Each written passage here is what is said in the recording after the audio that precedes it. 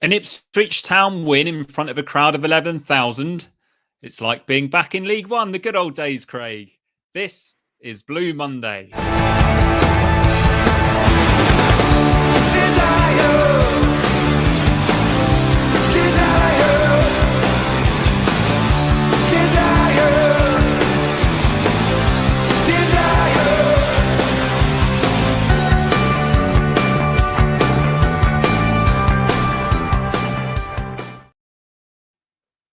So you're telling me there's a chance? How was that for you, Craig? An Ipswich Town win in 2025. Welcome to the Blue Monday podcast, everyone. Following Ipswich Town up or down since 2015. But this is a special edition. This is a 2025 live reaction show after a victory, Craig.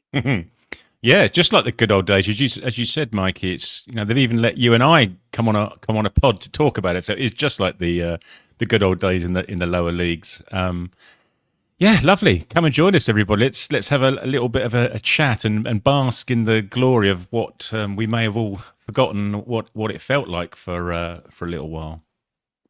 And yeah, a different feeling to this time yesterday, Craig. I know most people have accepted that relegation is probably gonna happen, but it would have been nice to at least go into this game having Wolves dropped points against West Ham, wouldn't it? But yeah. Then yeah, West Ham, the 2025 West Ham isn't a million miles away from the 2025 Ipswich Town at the moment, is it? So I don't think anybody can rely on them to do anybody any favours.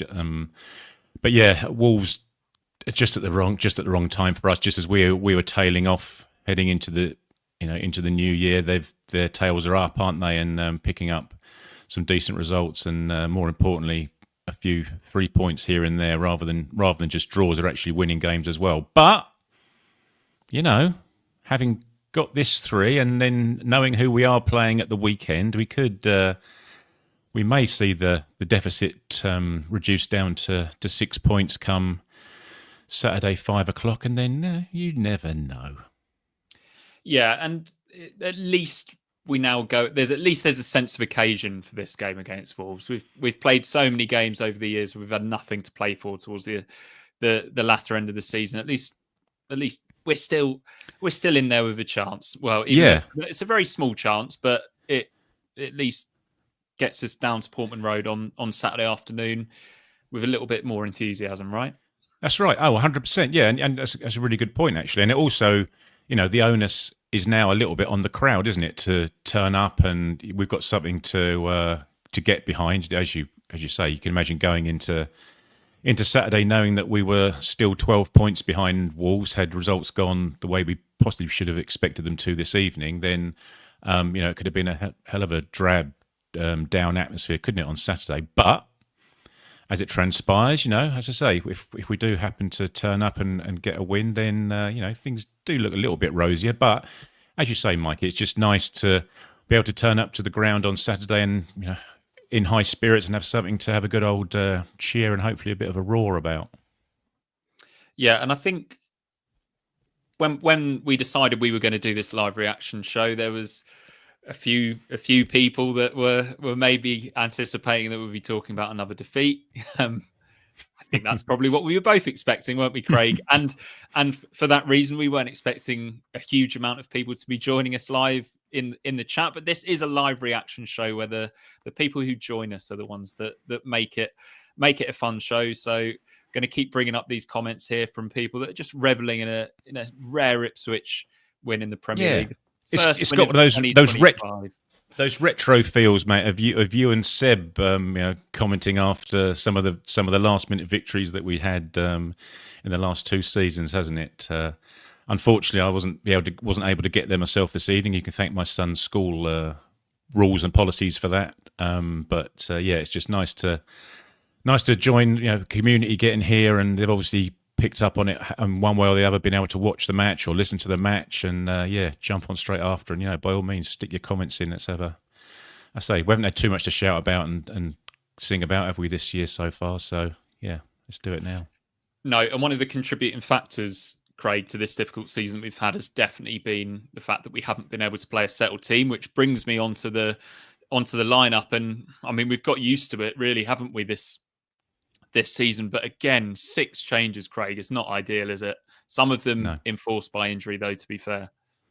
No, that's right. And 6 changes, 3 of which are in your back 4, aren't they? With Tuanzebe, Townsend and Burgess. I appreciate Burgess played the second half against Nottingham Forest, but even so, you're changing 3 of your back 4. But with Tuanzebe coming back, it does just allow Dara O'Shea to play in his best position, and I think that more than showed this evening, didn't it? He was both of them, to be fair. I thought Tuanzebe and O'Shea had fantastic games at the back, as did the left back as well. He wasn't too shabby, was he?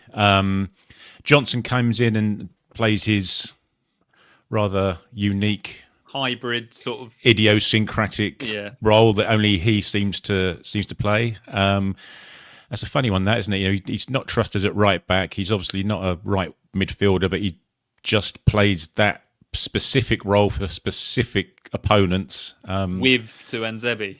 With Tuanzebe, yeah, and maybe Johnson didn't play it maybe particularly well this evening. I'm sure we can come onto that. And yeah, nice to see Morsey back in the centre. Obviously, Phillips was still struggling a little bit from this injury he picked up against Forest. Only made the bench. So yeah, Morsey alongside Kiyuste, and then Ben's favourite. Instead of Hutchinson up front, obviously in the 3 behind Delap, Hutchinson's injured, so Nathan Broadhead comes in to slot in there behind Delap alongside Enciso. So yeah, a fair few changes just dotted all around the team, really. You know, 3 your back 4, centre midfield, and your attacking positions as well. So yeah, a bit of a rejig. But yeah, so I guess the good news is we've got Axel Tuanzebe, and we've got Tuanzebe back in the starting 11. He always seems to go straight back in, doesn't he? Yeah. And we've also got Connor Chaplin back in the matchday squad, but no Amari Hutchinson and no Leif Davis from the squad. I guess we might even find out in the next few minutes in the chat why those 2 are missing, unless you've heard anything, Craig, about that. No, well, I would say Hutchinson played both the under-21 games, didn't he, during the break? So you know, he obviously wasn't injured enough for them, although he did pick up a few kicks in the second one of those. So maybe it's just a knock-on effect from that. He was pictured, I think, out in his car around town today, stroke yesterday, wasn't he? So I think it was pretty well known that he wasn't going to be able to play today. So yeah, no, as you say, as you're right to say, if people could stick a comment in if they hear a post-match interview with Kieran McKenna, they may well ask him, and yeah, just let us know the reasons why. So in front of a packed out crowd of about 11,000, what was it, 1,400 Ipswich fans? I think it was the ones with 40 plus points that were able to get tickets. Yeah, that's right. There were a couple, as I was purchasing my Everton tickets yesterday, there were a couple popping up on the website. But yeah, no, as you'd expect, fully sold out away, and I'm sure there was a few dotted around the home end as well. Yeah, almost certainly. And yeah, unbeaten on the South Coast this season, Craig. Keep away days Southern. But yes, let's get into it. Bournemouth, as you'd fully expect, dominating possession, but not a huge amount happening in the opening sequence of the game. Utara has a cross turned away by O'Shea. He was really on the front foot tonight, Dara O'Shea. Really positive defending from him. 23 minutes again. Utara, he's a bit of a chaos player, isn't he? I remember when he came on at Portman Road, I was thinking, I'm not having this guy at all. And then he pops up with a goal and an assist, I think. Our first real shot on 29, surprise, it was going to be Delap or Enciso shooting from distance, wasn't it? It was Enciso over the top. Then on 32, bit of a double scare. O'Shea, who I've mentioned, was excellent. I think he clears the ball off the line. I missed who gave the ball away in that sequence. Maybe you can enlighten me. And then it was Scott who was denied off the line, and then he got the ball again and was denied by Palmer. But a first real let-off for us in the 32nd minute, where Bournemouth opened us up a little bit, but it came from us losing possession in a dangerous part of the pitch. Yeah, it looked like it, didn't it? I think it was a goal kick, wasn't it? And it looked like by the time the replay had gone back to the live feed, that Morsey had got tackled on the edge of the box, and as you say, that the ball had fallen to them. It looked like a failing that we've seen a few times before this season, just getting caught on the edge of the box from the goalkeeper. But Palmer did well, didn't he? He made the save, and then more importantly, claimed the corner straight after that. But even at this junction, even 15 minutes into the match, Tuanzebe was already defending well against Semenyo, wasn't he? And he's just so good one-on-one, isn't he? He doesn't get done for pace. Yeah, so strong, quite aggressive at times as well. Yeah, that's right. You can just leave him to it, can't you? You know he's going to do his job against his particular winger. And Johnson, one of the reasons Johnson was brought in would have been to sit on Kirkes, and you could basically see both of them following those individual players. They never left them, even when they overlapped or where one cut inside. They stayed with their individual players. So that was obviously one of the tactics there. And I think just in that first, as you say, 20 minutes, Bournemouth were obviously on top, but we just started to get into it, didn't he? Broadhead was starting to get onto the ball. 20, 25 minutes in, he was playing those little crisp little passes that he can play. Played a really nice sort of sidewinder half volley across the pitch, didn't he? That got us up, but Enciso couldn't quite find an opening. Yeah, and even Enciso started off quietly. He was having we see both sides of Enciso, don't we? That he'll get the ball, he'll run with the ball, but then he'll lose the ball in the final third. And he sort of started off in that respect, but even during the first half, he was starting to get an understanding with Delap. When Delap was holding the ball up more and laying it off to him, and there was, you could just see him, Delap, and Broadhead all just starting to get that understanding going, couldn't you? Yeah, sort of building into the game, a decent first half an hour away performance. Broadhead, as we mentioned, was sort of playing off the right more than we usually see him. He wasn't the 10. He wasn't always on the left. He sort of drifted over to the right quite a lot. And it was in that position where he finds himself as we take the lead in the 34th minute.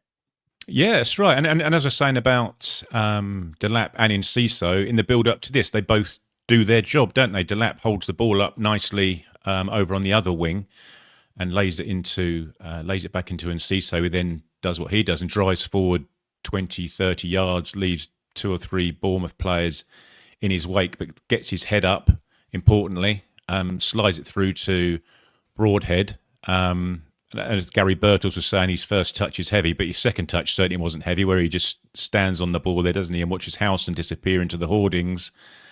And then, unlike on a couple of other occasions this season, he sort of keeps his head, doesn't he, in front of goal and slips it between Kepa's legs, whereas we've seen on a few occasions this season that Broadhead hasn't been his normal calm self in front of goal. He's snatched at a few, hasn't he, and fluffed his lines a little bit in a few games. But yeah, this one he just went cold, and I say once he'd sent Howson on his way, he'd slipped it between Kepa's legs. It's a lovely, lovely, calm, cool finish, and his first ever Premier League goal. Yeah, his first Premier League goal. It's great that he's managed to get that. At times early this season, it was looking unlikely that he was even going to get a game, but he's had some decent performances off the bench, a couple of good cup performances, and he got his chance tonight, and he definitely took it in the absence of Amari Hutchinson. Yeah. And adding to the retro feel of the show as well, Craig, with Nathan Broadhead popping up with a goal. And speaking of a retro feel, David Bergin is here with €5 and then an extra €10. So thank you very much for the kind... We don't call David. it a donation, do we? It's a gesture. That's what it is. The kind gesture from David over in Ireland. Thank you very much. So yeah, by if only we'd won more games, David, we could, you could have emptied your wallet on more occasions. I'm sure he's opened his wallet when we've lost games as well. Craig, just going to add that in before he has to reply. Could have been 2-0 on 43. We looked good after we took the lead. Jens Kajusty, this for me, I know he scored that fantastic goal against Forest, but this for me sums him up a little bit. Some fantastic play, gets himself out of a tight situation, drifts past players, looks so elegant, but shooting not really his bag. No, that's right. But again, it's lovely interplay with Broadhead again, isn't it? That it's when we've seen that before with Broadhead in previous leagues, in previous seasons, where he just holds onto the ball long enough and just delays his pass and plays it into the runner's path, if you like. But yeah, unfortunately, he was sort of leaning back at the time, and Kajusty just slid it over with his wrong foot, didn't he? But it's just that similar to the end of the second half. Really, we just got a bit sloppy, didn't we? Towards the end of the first half, we were giving the ball away a lot, sometimes needlessly. But thankfully, as we haven't done in certain games in the past, we got to half time. Importantly, in the lead. Yeah, we did indeed. A really decent first half performance. That decent. It wasn't incredible. We weren't free flowing, but we were well organised at the back and executed the plan well. And I guess when you've got Tuanzebe in that position and Johnson there, you've got a chance, haven't you? But Bournemouth have lost a little bit of momentum in recent weeks, so not particularly high in confidence. And I felt like we took advantage of that in the first half. They made a change at half time. Adam Smith, who was starting his first game for a couple of months, I think, came off. Lewis Cook moved to right back, and they brought Tyler Adams into midfield to try and take over the midfield, add a bit of physicality, a bit more legs. And Tyler Adams has got one of those names that you have to mention his entire name when talking about him, doesn't he? He was on the commentary every single time. Tyler Adams. Yeah, but I think that might just be the surname Adams. Tony Adams. Charlie Adams. Yeah. It's Charlie maybe. Adam. That was it. Yeah, but maybe there's something in that. And Alex Scott is moved slightly further forward, and he's involved early on. Good save from Palmer early in the second half. Powerful shot. Palmer gets up. Good save. One you'd expect him to make. Fairly central to the goal, wasn't it? On 60 minutes, we've criticised Delap a few times, haven't we, in recent weeks, especially in the Crystal Palace game, Craig, where he's got into good positions and not made the right pass or not made the right decision. And subsequently, we haven't managed to take advantage of good territory. But on 60 minutes, he shows what he's all about, but with some excellent decision-making thrown in as well. Yeah, him and his left back friend, to be fair. He charges down the left-hand channel, doesn't he? Chases the ball. But as I was saying about the first half, where he was, after the first 10, 15 minutes, he was holding it up and laying it off. And this one, he stands up his man, holds up his man, and Townsend's bombing down alongside him, and he plays the perfectly weighted ball outside to Townsend, but not just stands or admires it, then gets himself into the box. But for Townsend to look up, well, not even look up, but to play that pass rather than flash it across the box, which you're taught to do, aren't you? Just hit it hard and low across the 6-yard box, to have the wherewithal to know that Delap's made that run, that checked run around about the penalty spot to lay it back into his path, and then for Delap to have all the time in the world to roll his socks down and hitch his shorts up and wind up that big old right thigh of his to, he wasn't going to be side-footing that or dinking it into the corner, was he, that one? That was past the keeper before he could react, and past the keeper before some of the cameras from the cameras could react. So you could see that was heading into the goal as he was sort of approaching and addressing the ball, shall we say. Now, in my line of work, Craig, I have to watch every single Premier League goal from every single game, and I think a lot of general football fans do that anyway by watching Match of the Day or all of the highlights and everything like that. I can say with almost certainty that is the most powerful shot that I've seen all season. I think because he was able to just put every single bit into it, and let's face it, he hits the ball bloody hard anyway. But it was just perfect for him, wasn't it? It was like time stood still, and you're like, he's gonna score here, and he's just gonna absolutely lash it past the goalkeeper. Incredible strike, but just a really good team goal, and showed what we're about in a positive sense, didn't it? Yeah, it did, and it was again, we're harking back to previous seasons. It's a goal that we've seen a lot of times before, albeit sometimes it's Connor Chaplin standing in around the penalty spot and more stroking it, sweeping it into corners rather than belting the hell out of it and almost taking the net off its hooks. But and it was turning into like the perfect away performance, wasn't it? As you said before, Mikey, we were nice and solid at the back. O'Shea was getting his head on absolutely everything. Tuanzebe was doing a job on on Semenyo. So yeah, to go 2-0 up there is sort of dreamland at the time, wasn't it? It was indeed. We've got another 10 Oh, New thank you, Zealand Chris. dollary dues there from Chris McTaggart. More in Queenstown, New Zealand. Great win. Come on, you Blues. Thank you very much, Chris. Incredibly Thank you, generous. Chris. And yeah, we're doing this for fun, really, aren't we, Craig? Yeah. But it's always and nice. And I think if I know the exchange rate, that's about £250 now, isn't it? I think, not knowing the exchange rate. Thank you very much, Chris. Almost certainly.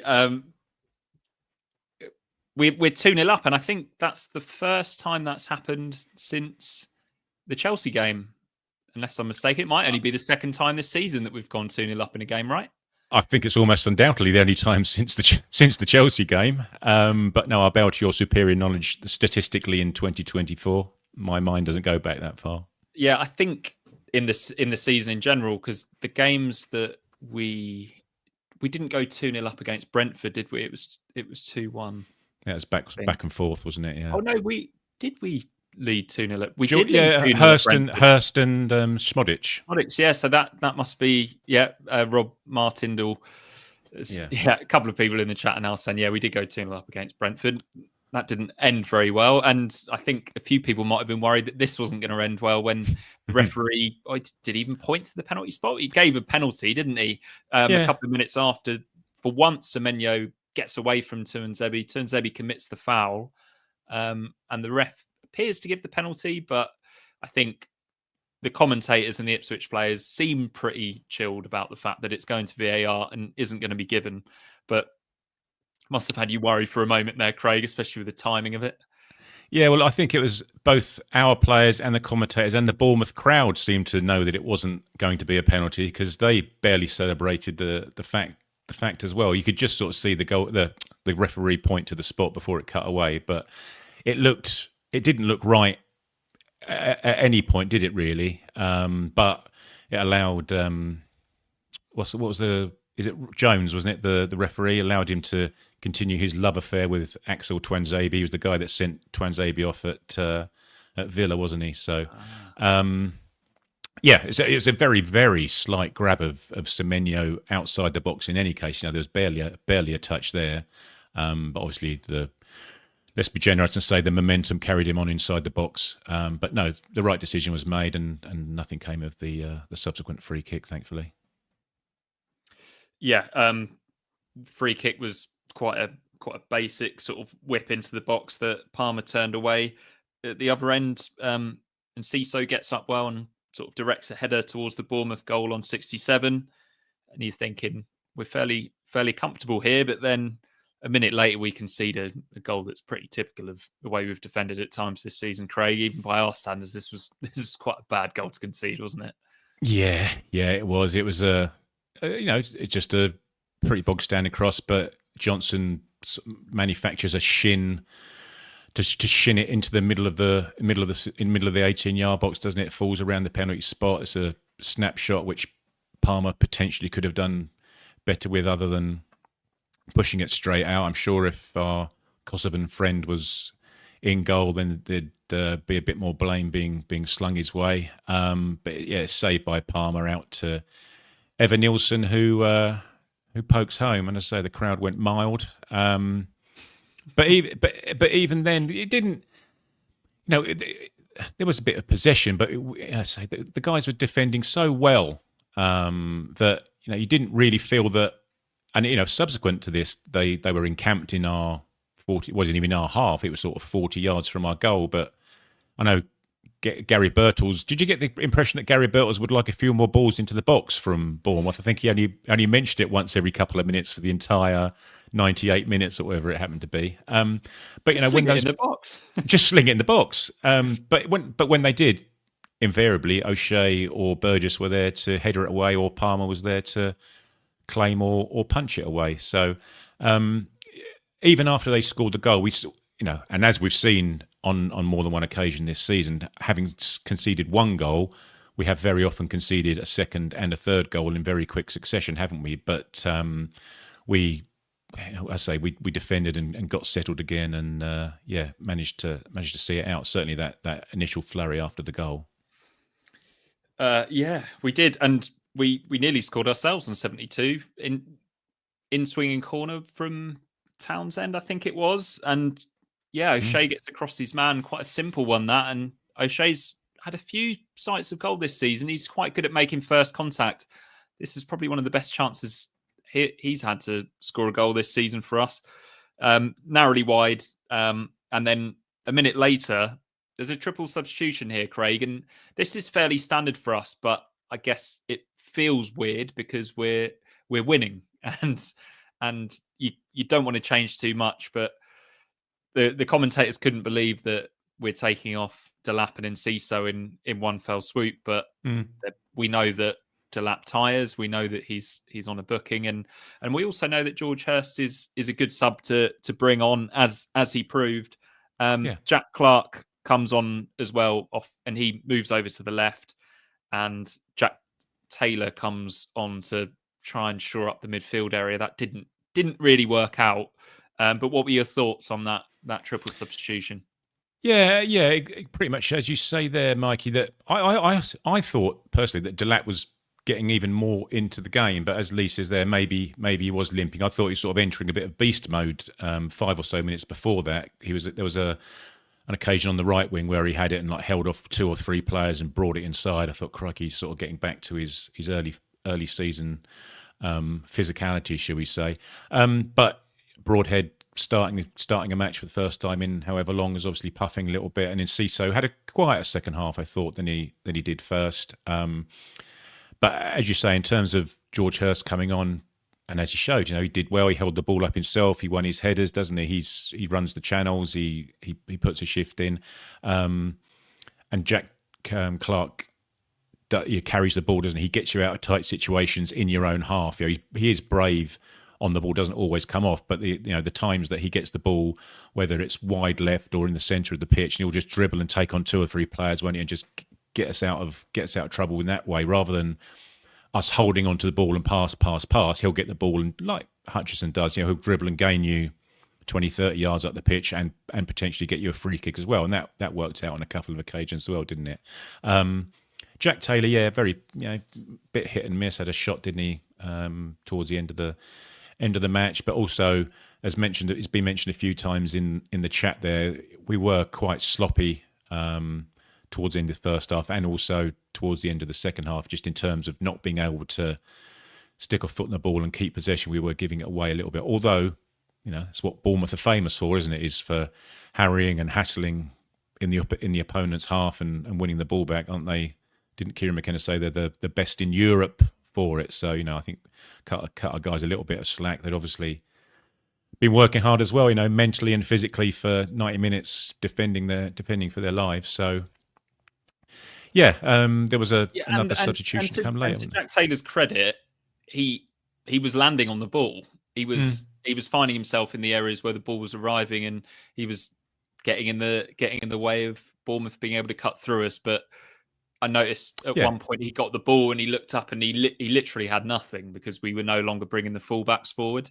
So there was no out ball down the line, and he was trying to pass it rather than lump it forward. But maybe he could have he's got a good right foot. Maybe could have just chipped it long and had Hurst running in behind. But probably nice for those 3 subs to be on when we're winning, because normally they're coming on quite often when the game's already gone in recent weeks. Enjoyable for them, and good to see. I thought really positive from Hurst and Clark. As you mentioned, Taylor giving the ball away. One of those led to a Semenyo shot. Double drag back. Never shy in having a shot, is he? Antoine Semenyo. Nothing really came off for him tonight, but he's a dangerous, powerful player. Taylor then had a shot over of his own. Phillips then comes on for Morsey. And then 6 minutes added on. That seemed a bit of a strange one, Craig. I know we always complain about injury time when you're winning a game, but where did those stoppages come from? I suppose maybe the VAR decision. Yeah, they had an injury, didn't they? I was just thinking as you were speaking there, Mikey, whether the trainer come, but the trainer did come on once, didn't he? But not for any prolonged period of time. I suppose there's 30 seconds per substitute, block, if you like, and then a couple of goals, you stick 30 seconds on. So I don't know, but even then, we sort of saw it out okay, didn't we? There wasn't too much going on there. Much to Gary Birtle's chagrin, there wasn't too many balls being slung into the box, was there, for us to deal with? We weren't being cut open particularly, even with Kepa coming up for that horrendous challenge that Philogene decided to get on the wrong man of and drag him down on the byline. We even saw that out okay, didn't we?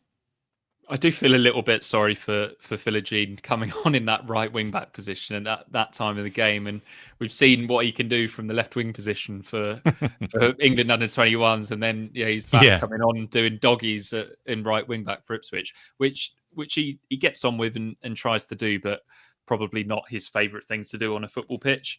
But yeah, as you mentioned, he gives away that free kick, and that's probably the only half chance that they had. Really, I thought Palmer was quite a calm influence.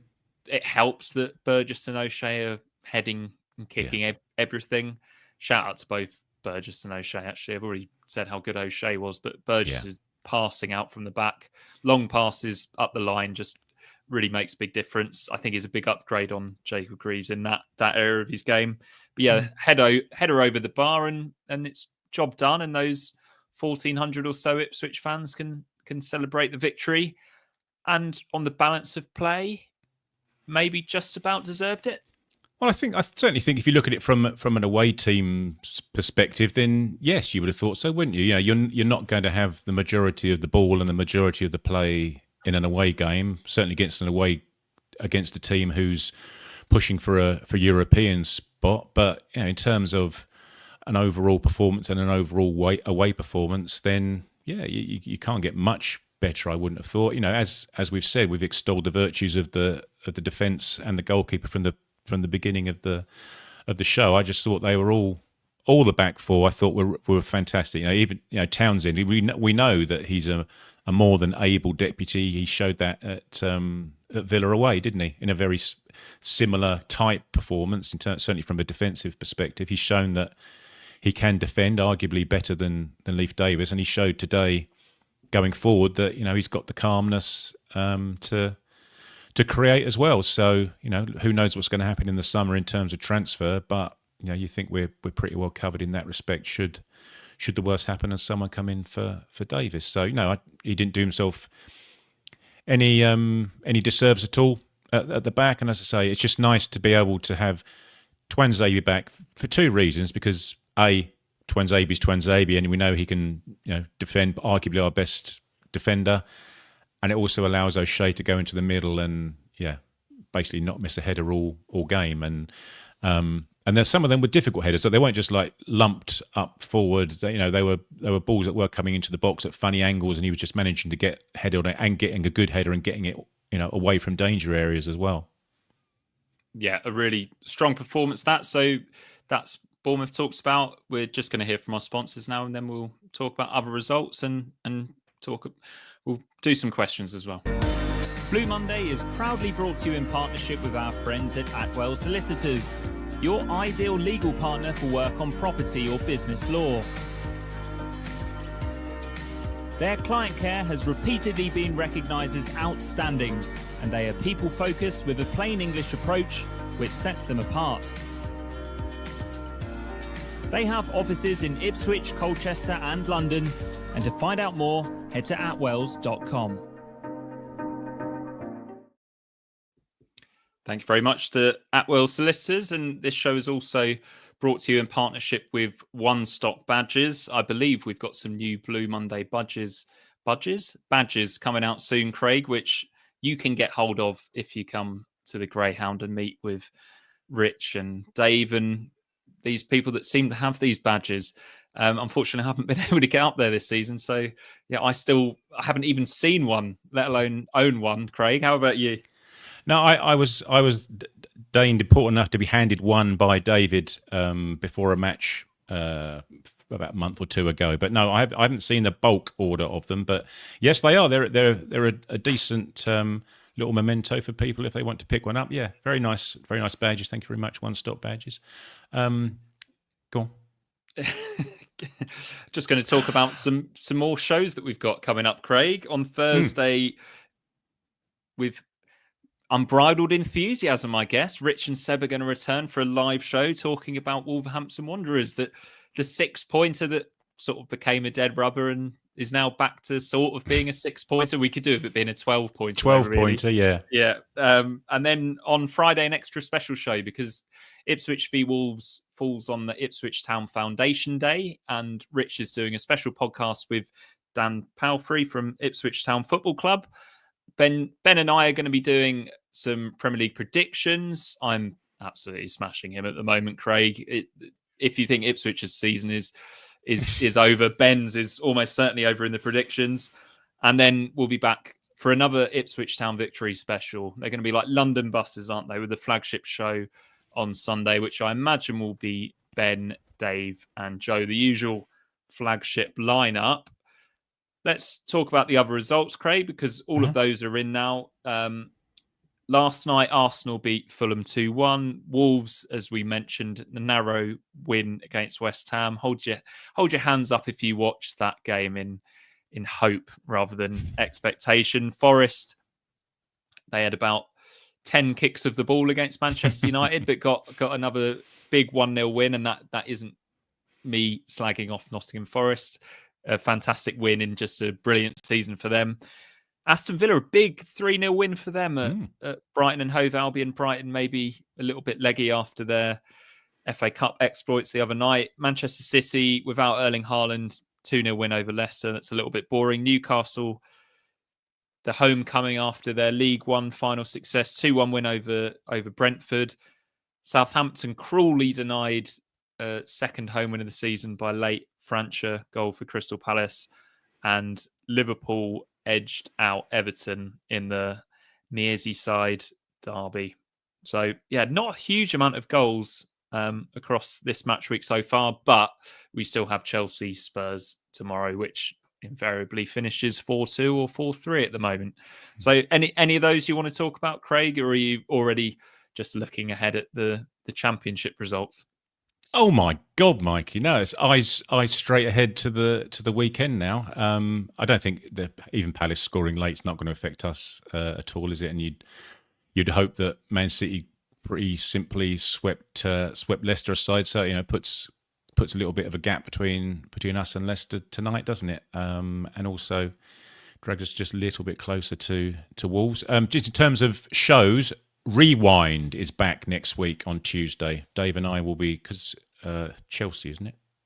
Yeah, so Dave and I will be doing a Chelsea Rewind, so that'll go out on Tuesday. So yeah, we're stocking the shows in for the next week or next 6 days. Did Dallabonna score for Chelsea the last time they played against Ipswich at Stamford Bridge in the Premier League? Sam Dallabonna? Sam Dallabonna. Pass. I haven't done any research into it yet, mate. Okay. Well, if that name comes up next week, David and I will both sing his name to the Paul Young and Zucchero hit. Don't worry. That's gone over my head, Craig, but I know that it's a very good reference. Don't be too sure. Let's get into some of the comments and questions. D4 Duke knows the score, Craig, because he's put a Q at the start of his question. So he knows that even without my glasses, I can see this one. If we go back to back and beat Wolves, what are the odds we stay up? What percentage chance would you give us now, Craig? And if we beat Wolves on Saturday, what percentage does it go up to?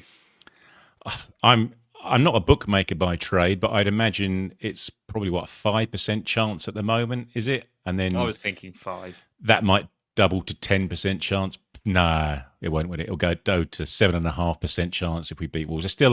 I think we still do have to pretty much match Arsenal's form for the season in the last 8 games of the season, and hope that Wolves don't pick up 5 points or whatever it happens to be. So.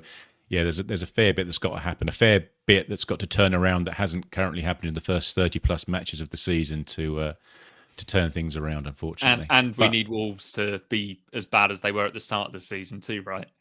Yeah, that's right. Although, is this Cunha's last match that he misses, the 4th match of the 4 that he had? And also, I don't think they're did I read earlier their manager and assistant manager have both got touchline bans for our match as well. So, we're getting as much help as we can in that respect, but obviously they've then got subsequent matches to play where they may well pick up enough points that will put them out of reach, sadly. Another one from D4 Duke. Is this the sort of scrappy win that we've needed all season? Kind of is. I suppose... Would have been nice earlier in the season. Chelsea and Spurs were fantastic performances, weren't they? Where we fully deserved the wins. Wolves, that was a scruffy win we needed, and so was this one, wasn't it? Yeah, and Palace could have been the scruffy win, couldn't it? We were both at Palace, and it was a similar-ish type of game. There wasn't an awful lot in it. There was a half chance here and a half chance there, but sadly the half chance in that match fell to them, and they put it away. But as we've known, the tale of the season has been these fine margins, as people have said. But so it would just be nice for this scrappy win to have come a few months ago, really, sadly. Just having a quick look in the chat, Craig. There's a lot of love. A lot of love. 5%. Stevie says it's 0.1%. But Stephen Gerling says 30%. I imagine that's if we beat Wolves at home on Saturday. I don't think is it 30%? Was that 30? There's not a 1 in 3 chance we're staying up if we beat Wolves, is there? Surely, crikey. If there is, you give us the odds, and I'll send you a tenner, Stephen. You can have my money. Right, now for some questions that aren't from D4 Duke. Thank you for those, though. Stevie, is this the first game where finally the fabled fine margins went for us? I think they went for us in a couple of other games, didn't they? The Wolves game in particular, where we've got a little bit lucky with our goal. They've missed a few chances, and then we've nicked it in the final minute of the game. Yeah. I think you're right, Michael. Wolves stands out, doesn't it? But probably has been this year. But then this year, we've probably been beaten by larger margins rather than finer margins, haven't we? In most of the games. I think. See, just going to say in the chat, they're not necessarily questions, but there's a lot of love for Connor Townsend in the chat. There is, understandably. Yeah, and that is kind of the elephant in the room, isn't it? Will Lee Bayliss asked, will Leaf and Amari come back in on Saturday, assuming that they're fit, and who drops out? Townsend, probably one of them, but I guess there's evidence to suggest that Leif Davis comes straight back in, because ever since he's been at the club, he's been first choice at left back, but I don't think Kieran McKenna loves changing his back four. I know he's done it quite a lot, but I think after a good performance like that one, I don't think he'll want to, especially as Townsend's body of work is pretty impressive this season, isn't it? Yeah, that's right. And after that performance and after the Villa performance, to be fair, there's no desperation to rush Davis back if he's 75% fit, for example, is there? You can afford to let him have another week off just to get him fully fit, because as we've seen, Townsend won't let you down. I don't know if anyone has picked up, or even if the question was asked in the post match about Leif Davis's injury and whether he is close to coming back. But I'd have no qualms with him resting another weekend. You can only, Townsend can't do any more, can he? Basically, to stay in the team. Hutchinson's a strange one, isn't he? Because at the end of the day, he's a starter, isn't he? He's one of our starters, and he's pretty integral to the way that we do normally play. I mentioned earlier about Jack Clark, us getting the ball to Jack Clark and him gaining us 20, 30 yards up the pitch, in those final minutes of matches. Well, Hutchinson sort of does that from minute one, doesn't he, ideally? But whether Broadhead can manage 2 games in 4 days, having not started many, is probably the question. Definitely one of the questions for Kieran McKenna. Richard Chandler, best game by Delap in a long while. Does he back it up with another match-winning goal-scoring performance again? Do you fancy him to score against Wolves on Saturday? Certainly gave them problems in the game at Molineux. Yeah, he did. But as Richard says there, it probably has been his best game in a long while. But then, as we were saying, as we were chatting through the match, it's because he was sort of, as you said, Mikey, there's been times in recent matches where he hasn't got his head up. It's one of Dave's bugbears about him. He just doesn't get his head up. He's head down, charging forward and having a shot without getting his head up and having a look around. But he wasn't doing that tonight, was he? He was very aware of his surroundings, very aware of his teammates nearby, and he was holding up like he was like, I was going to say vintage Delap. He's only been with us a few months. Vintage Delap, in that he was holding off a couple of defenders, wasn't he? And head up and laying it off to Enciso and laying it off to Townsend and getting into the box to score his goal. So yeah, it was. I completely agree with Richard there in terms of his best game for a little while. Andrew Pearson, another Townsend question: can we keep him in the squad and push Davis further up the field? I personally can't see Davis moving from left back. It's unlikely that we'd see them both unless we were playing three at the back, and you could maybe play Townsend as left-sided centre back, but that feels unlikely as well with Greaves and Burgess. Yeah, that's right. Well, you think unlike the right-hand side where we've got Johnson and it used to be Burns, sometimes Ogbene, playing that slightly withdrawn right-hand side role. The left-hand role is miles up the pitch, isn't it? It's not really a winger in effect, is it? It's where Enciso will play, or Philogene will play, or Broadhead will sometimes nominally play, won't he, on that left 10 rather than it being a left midfielder as such. So I don't really think that'll be the case. I think it'll just be a case of swapping one out for the other. Romeo wants to know your team for Saturday, Craig, and whether you'd keep the same one as tonight. Not just Mike. Might want your 11 as well, Mikey. Might be the Royal you. I don't know. It'll depend on fitness, I think. As I say, in terms of Broadhead being fit, if I think it was, was it Lee saying earlier that Delap was limping off at the end, although, a bit of ice on it, he might be fine in a day or two. But normally I'd certainly keep I think I'd keep the back four in place. I think Townsend deserves to start again. Whether Morsey can do 2 games in that space of time, obviously he was taken off towards the end. Maybe if he was puffing a little bit, I don't know. But yeah, I wouldn't be changing too much. But then you don't know how we're going to set up in relation to how Wolves will set up. There might be a plan in action. You probably wouldn't play Johnson in a home game potentially. No. You'd maybe go a little bit more attacking, wouldn't you? Maybe that's where Hutchison comes in and you rejig things in that 3 behind Delap. Yeah, that's probably a change that I'd expect to see if Hutchinson's fit. I think he probably comes in for Johnson, and then a bit of a rehash of the front four. Thanks for the question though, Romeo. Mark Markson, will there ever be a boy born who can kick a ball harder than Liam Delap? I'll take that one, Craig. No, there won't. Absolutely no chance, unless he is a boy. Yeah. But maybe it gets, because his old man hit the ball pretty hard, so maybe it gets progressively harder as it goes through the genes. My God, what's his grandson going to be like? Like a traction engine.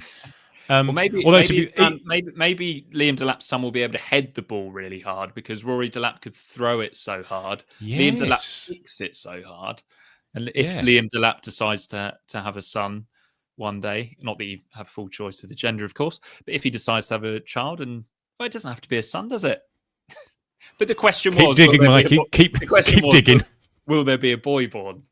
So that was the question. So no, it was very reminiscent actually, because we do sometimes get to matches earlier, certainly away games, and watch the warm ups and stuff like that. And Liam Delap does not hold back in practice either. He absolutely thrashes the ball in past Slicker or Walton or whoever's the poor sod that's standing in his sights at the time in the shooting practice. So yeah, it was nice to see that taken onto the pitch.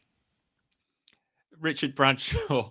Is the live stream ending before match of the day at 10:40? But somebody didn't watch the game, although I do have it recorded, such as the modern world. Well, Richard, I think we probably will be wrapped up by 10:40, but I think it's also highly unlikely that Ipswich winning at Bournemouth is going to be top of the running order. So yeah, you'll have to be awake at about 11:45, I imagine. We won't be going on it. We won't still be on at 11:45, Richard. Do not worry about that. No, unless these super chats keep coming in, Craig, then maybe we'll do an all-nighter. Stevie, does Axel now own a dishwasher? Come on. Let's hope so. A dishwasher and slightly more sturdy hamstrings. Let's hope. Fingers crossed. Yeah, fingers crossed. Come on, Axel. Just stay in the team for the rest of the season. I think he had a good run at the end of last season, didn't he? Where he didn't get injured towards the end. Norman Greenwald, if we could rewind to the beginning of this season, what would McKenna do differently? Maybe we are going to be here until 11:45 after all, Craig. Yeah, I don't know actually. I don't. It's funny, isn't it? Because it's as we all know, the season's sort of gone in waves, isn't it? It's up and down, and since the turn of the year, when we all thought that the Chelsea match was going to be the start of something, it's actually turned out to be pretty much the high point of the last 3 months, sadly. I don't know. It's a really interesting question. Would you have done anything differently? Could you have done anything differently? With the cards he's been dealt in terms of injuries, would you have set up any differently? I know there's been a lot of talk in the press about us potentially sticking to our guns a bit too much in terms of the way that we play and not being difficult to beat. I suppose that's a fair argument, isn't it? In certain respects, have we been a little bit naive in some games? Obviously, lost a lot of points from winning positions. Certain team selections, Burgess at Old Trafford springs to mind with the goals that we conceded there. But I'm sure every single manager in the league is going to say, yes, of course, you could have learned something and done something differently with 2020 hindsight. But what you got to hope is that when we are back in what we got now, 25, 26, the year 26, 27, in the season 26, 27, that Kieran McKenna would have learnt from this season when we're back with him in 2 seasons' time. Well, there we go, Craig. Very nice. Nicely brought back around. Right, I think we should probably finish there as Match the Day is going to be starting. They'll probably be leading on the Merseyside derby, won't they? On that one, you can find out where Ipswich are on the running order for the Premier League Netbusters when that goes out on Premier League broadcasters on around the world on Friday evening, Craig. That's how I'm going to be spending tomorrow night putting that show together. Let me know you can focus on a certain netbuster from Liam Delap. Exactly, the ultimate netbuster of all. We have to, at the end of the show, we always finish with the 5 best goals, in my opinion, as the producer. And I will always get an Ipswich goal in there if there's a half decent one. And I think Liam Delap is almost certainly going to be in the top 2 with Anthony Elanga this week. But that's enough about me. That's enough about netbusters. Craig, did you think it was never going to happen? Were you ever worried that we were going to go all the way to the end of the season without another win? Yes, I was certainly worried that we would go tonight without a win. But I'm glad that you and I put our hands up to put this show on, regardless of the result. We were still going to front up and show our faces, but it's just nice to be able to share it with the guys and girls in the chat. And so hopefully on to Saturday, and the gents on Sunday night can chat about something similar. Fingers crossed.